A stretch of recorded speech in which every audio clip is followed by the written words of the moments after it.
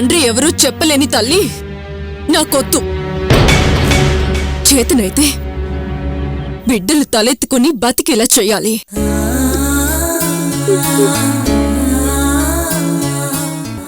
దయచేసి వెళ్ళిపో.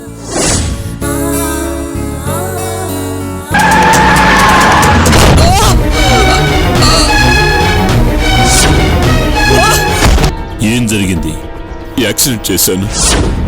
మీరే నన్ను కాపాడాలయ్యా. 2 గంటల్లో నేను హాస్పిటల్కి వస్తాను. ఒక మంత్రంతో నేను బతికిస్తాను. కంగారు పడకు. నీ కోరిక నెరవేరుతుంది. సమస్త తాంత్రిక క్షుద్ర దేవతలు నీ ఆధీనంలో ఉంటాయి. నాకు తెలిసిన విద్యలన్నీ నీకు నేర్పించాను.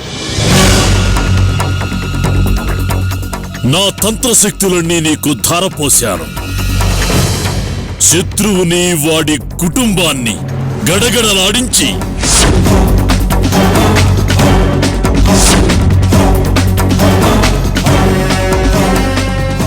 నీ తంత్రశక్తి ఏంటో నువ్వు చూపించు నాగరాజు.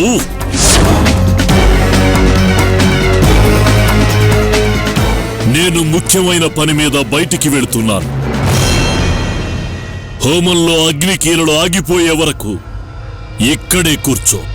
వాటి నుండి శక్తి పూర్తిగా నీ మస్తిష్కంలోకి రాగలదు.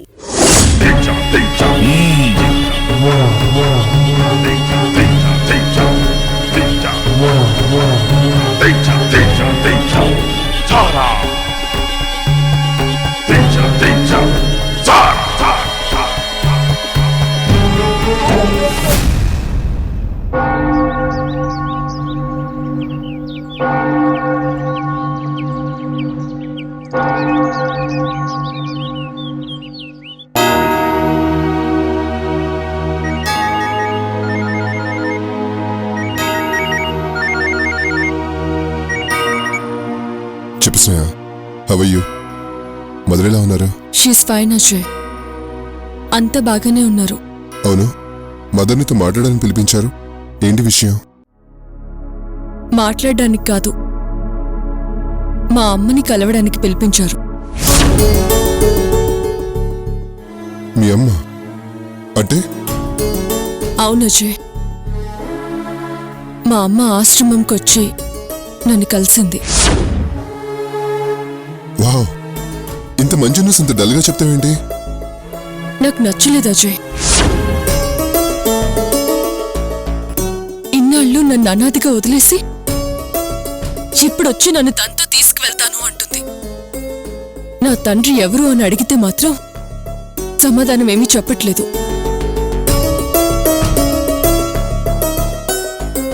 తను నా దగ్గరేదో దాస్తుంది అజయ్.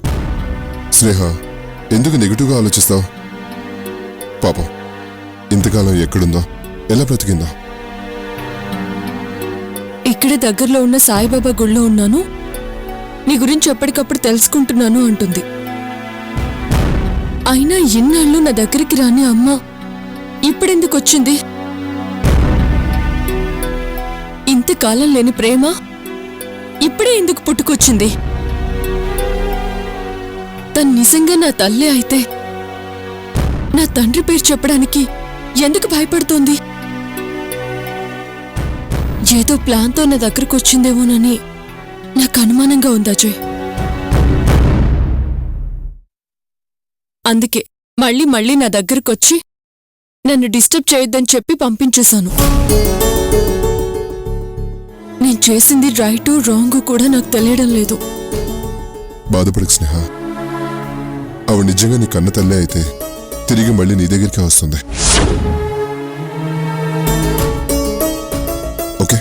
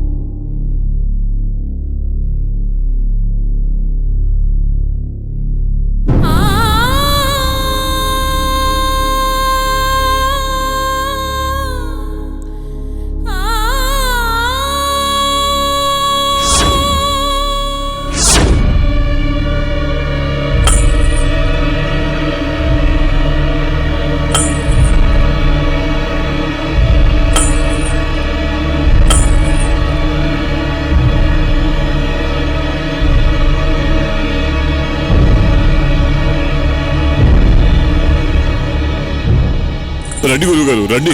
ఎక్కడుంది? లోపడుందే. ప్రాణానికి ప్రమాదం ఏమీ లేదన్నారు. ఎవరయ్యా నువ్వు?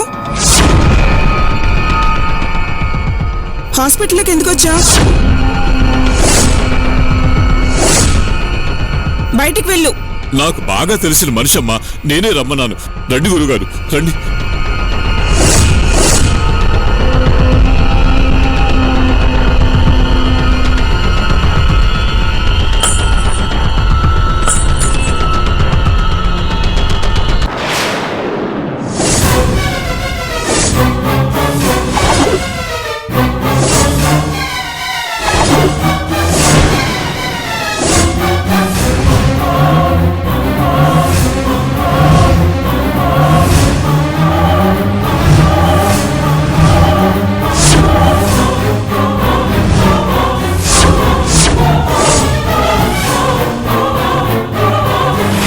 నీ దగ్గర ఫోన్ ఉందా? ఉందా? నాగరాజుకు ఫోన్ చెయ్యి.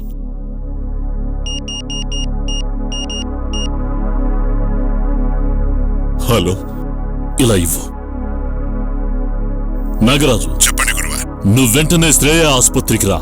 ఇప్పుడే? వెంటనే రా. ఇదిగో దారి చెప్పు.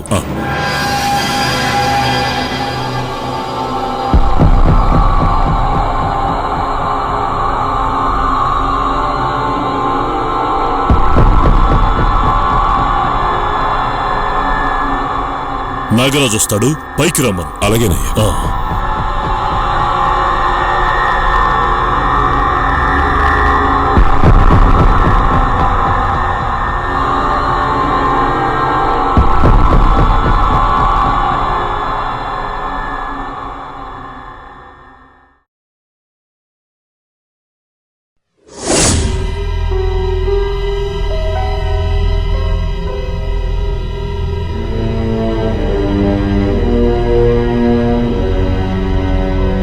ఏం జరిగింది గురువా? ఉన్న పళంగా రమ్మన్నారు. మీ వాళ్ళకేదైనా ప్రమాదం జరిగిందా? అసలు ఏంటి సమస్య? ప్రమాదం కాదు, అనుకోని ప్రమాదం. రా, నువ్వే చూద్దు గాని.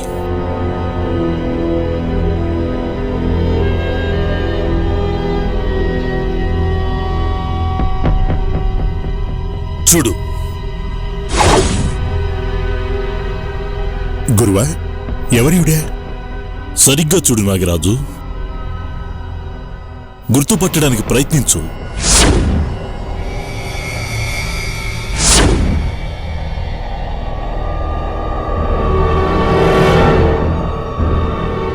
ఏ గుర్తు రావడం లేదా?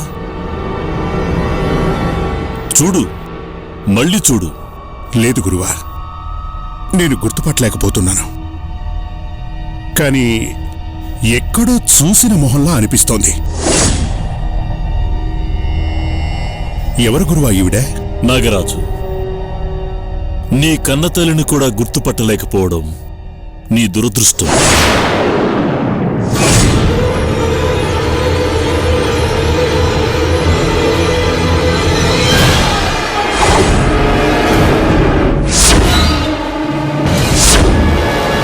సూర్యపుత్రుడు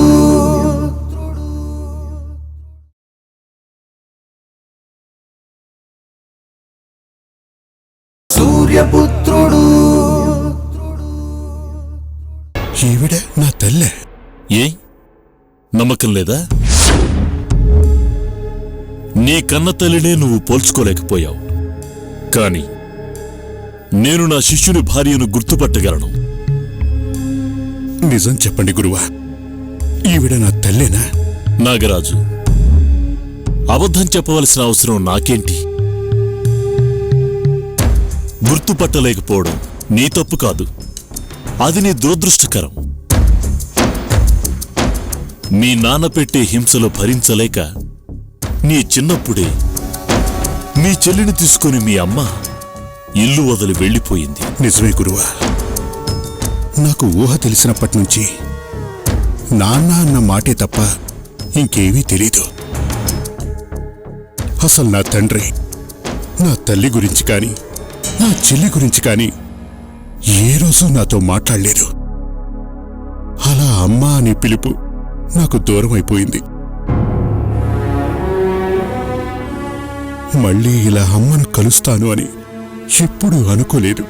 ఇది నీ పూజల ప్రతిఫలం. కాళి కరుణించింది నాగరాజు.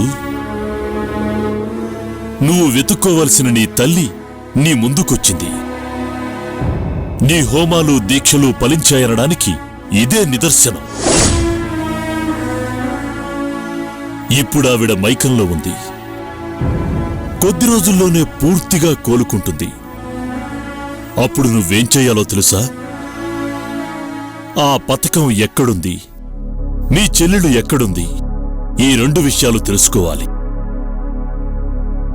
నీకు జయం తథ్యం నాగరాజు. ఈవిడ్ని తీసుకువెళ్ళి నీ దగ్గర పెట్టుకో. ఆనందంగా చూసుకో. తల్లి దీవినే నీకు రక్ష. నీ విజయానికి మార్గాలు తెరుచుకుంటున్నాయి. అంతా శుభమే జరుగుతుంది. మర్చిపోకు నాగరాజు. స్పృహ వచ్చిన వెంటనే ఆ పథకం సంగతి, నీ చెల్లెలు సంగతి తెలుసుకో. నీకు నా దీవెనలు ఎప్పుడూ ఉంటాయి. జై ప్రత్యంగిని మాత.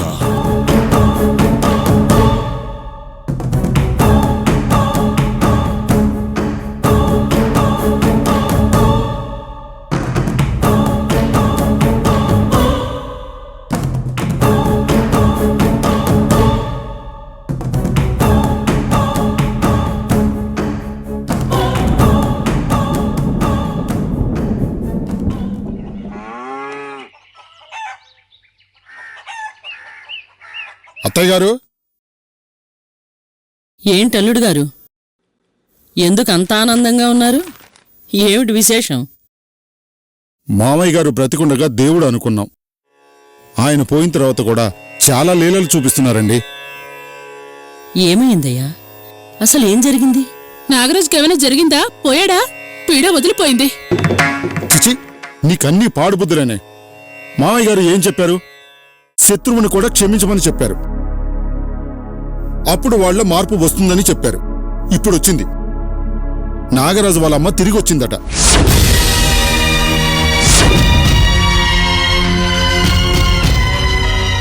హాస్పిటల్లో ఉందట. ముందుగా నాకే తెలిసింది. ఈ విషయం అత్తయ్యకి చెప్తే సంతోషిస్తుందని నేనొస్తే చాలా మంచి వార్త చెప్పావయ్యా. ఎప్పుడైతే నాగరాజు వచ్చి ఆయన ఫోటో ముందు దండం పెట్టుకున్నాడో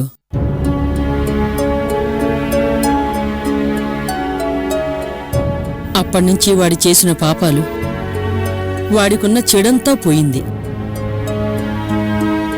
నిజంగా మీ మామయ్య గారి మరణం నాగరాజు కలిసొచ్చింది. అతనిలోని మార్పే అతని తల్లిని తిరిగి తన ఇంటికొచ్చేలా చేసింది. అందుకే అత్తయ్య ముందుగా ఈ విషయం మీకు చెప్పాలని ఆనందంగా వచ్చాను. నాగరాజులో వచ్చిన మార్పు మామయ్య గారి వల్ల కదా. ఇప్పటినుంచైనా ఆ ఇల్లు కళకళలాడుతూ ఉండాలని అమ్మని ప్రార్థిస్తాను.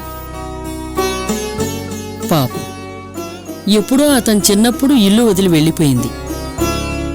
ఇన్నాళ్లకు తిరిగొచ్చిందంటే నాగరాజు అదృష్టవంతుడే. పోయిందనుకున్న తల్లి తిరిగి దొరకడం ఆనందమే కదా.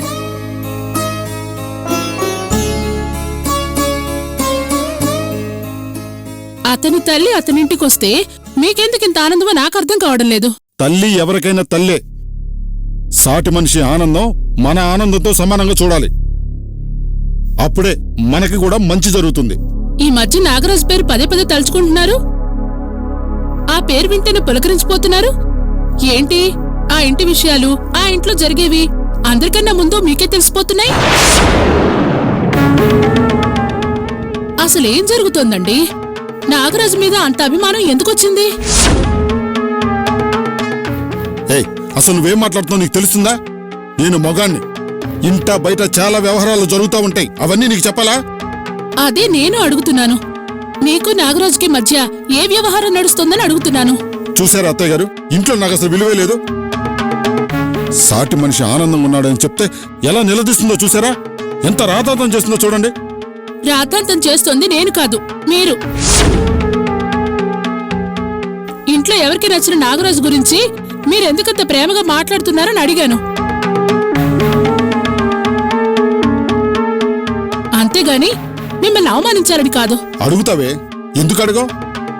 ఇల్లరిక పల్లుండి కదా లోకు కట్టేశావు. ఆ మాట నేను అనలేదు, మీరే అనుకుంటున్నారు. లక్ష్మి, నన్ను ప్రశ్నించే అధికారం నీకు లేదు. నేను నీ మొగుణ్ణి. నా మాట విని నడుచుకుంటే మీ అందరికీ మంచిది. ఏదో మెత్తగా ఉన్నానని మొత్తడానికి చూస్తే ఇక మీదట ఊరుకునేది లేదు. సూర్యపుత్రుడు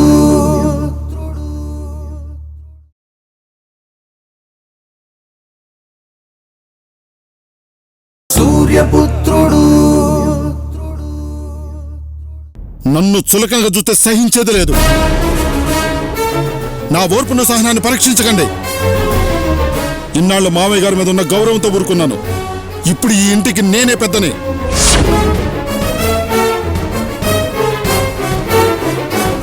అది నువ్వు తెలుసుకుని నడుచుకుంటే మంచిది. అత్తయ్య గారు, ఈ ఇంటికి పెద్దవారుగా మీరు కూడా మీ కూతురికి చెప్పండి. అది మీ అందరికీ మంచిది.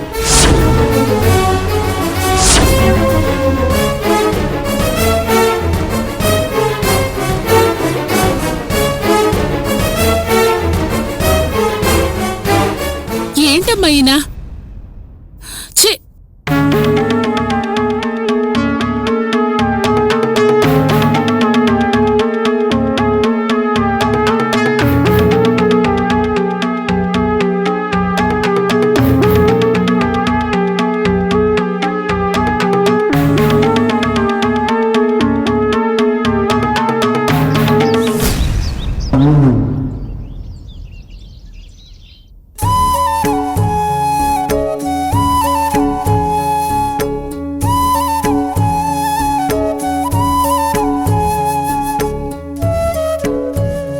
పార్వతి, జాగ్రత్త.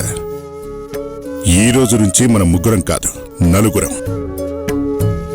ముందు ఆయనకి డబ్బులిచ్చి పంపించేసి. అలాగేనండి.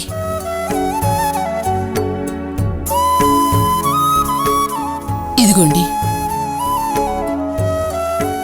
మీ రుణం ఈ జన్మలో తీర్చుకోలేను. వస్తానయ్యా.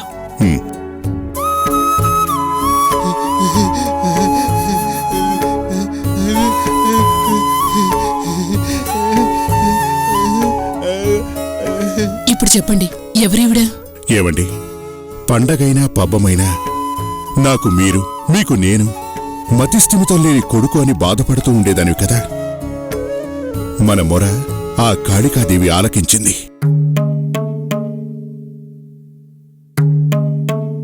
నాకు పోగొట్టుకున్న తల్లిని, నువ్వు కోరుకున్న మీ అత్తగారిని నీకు తిరిగి ప్రసాదించింది.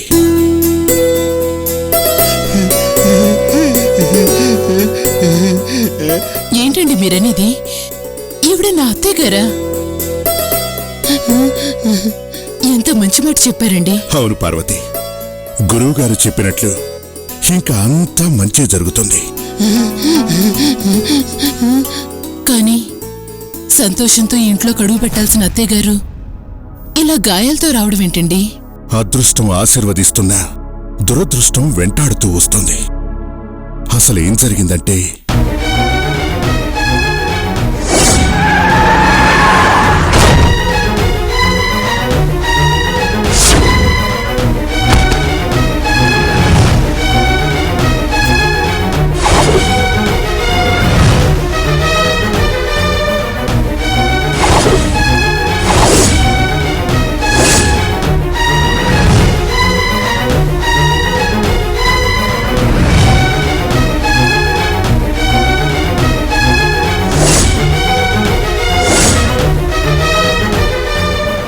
అది పార్వతి జరిగింది. పోనీలేండి, ఈవిడ ప్రాణాలతో దక్కారు, అదే చాలు. డాక్టర్ గారు త్వరగా కోలుకుంటారని చెప్పారు కదా. ఈ రోజు నుంచి అత్తయ్య గారిని కంటికి రెప్పలా కాపాడుకుంటాను. గురువు చెప్పిన ప్రకారం నా తల్లి దొరికింది. ఇక మిగిలింది నా చెల్లి ఆచూకీ తెలియడం.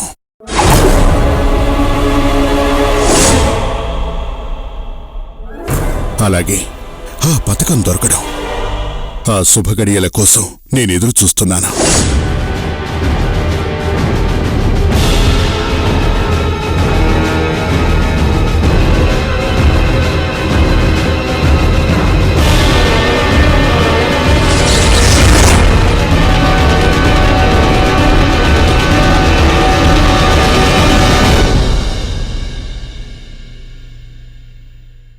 ఇది వరకు హైగారున్నప్పుడు చచ్చిపోయేవాళ్ళు కూడా బతికించేవారు. ఇప్పుడు బతికున్నోళ్ళు కూడా చచ్చిపోయేలాగున్నారు.